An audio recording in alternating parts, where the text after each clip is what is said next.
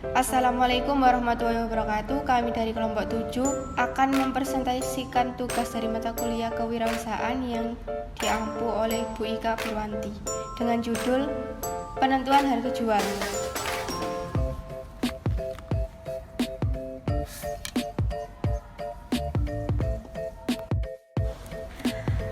Harga pokok produksi adalah semua pengorbanan yang dilakukan perusahaan untuk memproduksi suatu produk.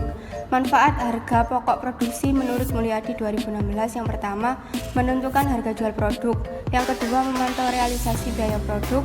Yang ketiga, menghitung laba atau rugi bruto periode tertentu. Dan yang terakhir, menentukan harga pokok persediaan produk jadi dan produk dalam proses.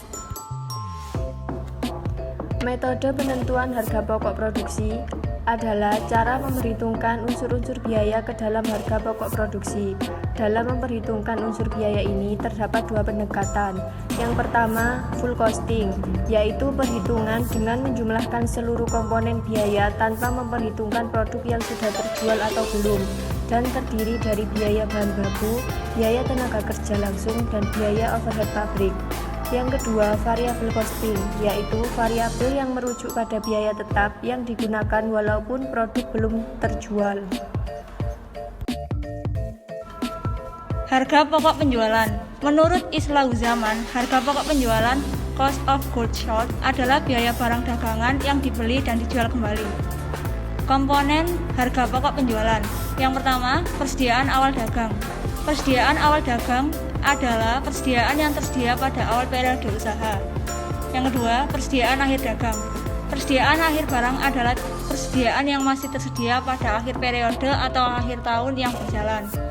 Dan yang ketiga, pembelian bersih. Pembelian bersih adalah seluruh pembelian barang dagang yang dilakukan oleh usaha, biasanya untuk pembelian secara tunai maupun kredit.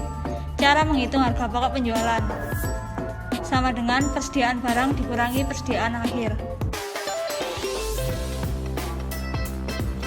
Harga pokok penjualan. Cara menghitung pembelian bersih. Pembelian bersih sama dengan total pembelian ditambah ongkos angkut dikurangi retur pembelian ditambah potongan pembelian. Yang kedua, menghitung penjualan bersih. Penjualan bersih sama dengan penjualan kotor dikurangi retur pembelian ditambah potongan penjualan. Yang ketiga, persediaan barang. Persediaan barang sama dengan persediaan awal ditambah pembelian bersih.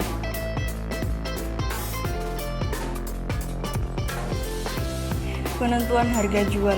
Harga jual adalah jumlah moneter yang dibebankan oleh suatu unit usaha kepada pembeli atau pelanggan atas barang atau jasa yang dijual atau diserahkan. Penentuan harga jual berhubungan dengan yang pertama, kebijakan penentuan harga jual adalah pernyataan sikap manajemen terhadap penentuan harga jual produk atau jasa. Kebijakan tersebut tidak menentukan harga jual, namun menetapkan faktor-faktor yang perlu dipertimbangkan dan aturan dasar yang perlu diikuti dalam penentuan harga jual. Yang kedua, keputusan penentuan harga jual.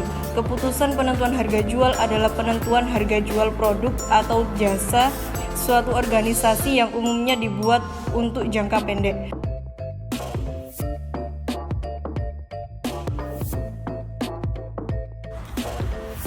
Tujuan penentuan harga jual. Yang pertama, kelangsungan hidup perusahaan. Demi kelangsungan hidup perusahaan, disusun strategi dengan menetapkan harga jual yang rendah dengan asumsi pasar akan peka terhadap harga. Yang kedua, peningkatan arus keuntungan. Perusahaan dapat memaksimalkan laba jangka pendek apabila perusahaan lebih mementingkan prestasi keuangan jangka pendeknya dibanding jangka panjang. Yang ketiga, kepemimpinan kualitas produk. Dalam hal ini, perusahaan menetapkan harga yang tinggi supaya kualitas produksi tetap terjamin. Yang keempat, meningkatkan penjualan. Meningkatkan penjualan akan mempengaruhi penerimaan perusahaan, jumlah produksi, dan laba perusahaan. Dan yang terakhir, menstabilkan harga.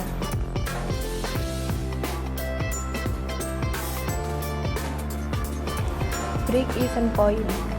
Break-even point merupakan suatu keadaan perusahaan di mana besarnya jumlah total penghasilan sama dengan jumlah total biaya yang dikeluarkan oleh perusahaan atau rugi labanya sama dengan 0.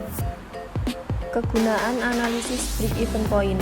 Menurut Kashmir, terdapat beberapa manfaat di dalam analisis break-even point bagi manajemen perusahaan, di antaranya yaitu Yang pertama, mendesain spesifikasi produk. Yang kedua, menentukan harga jual persatuan. Yang ketiga, menentukan target penjualan dan penjualan minimal. Yang keempat, memaksimalkan jumlah produksi dan penjualan. Dan yang kelima, merencanakan laba yang diinginkan serta tujuan lainnya.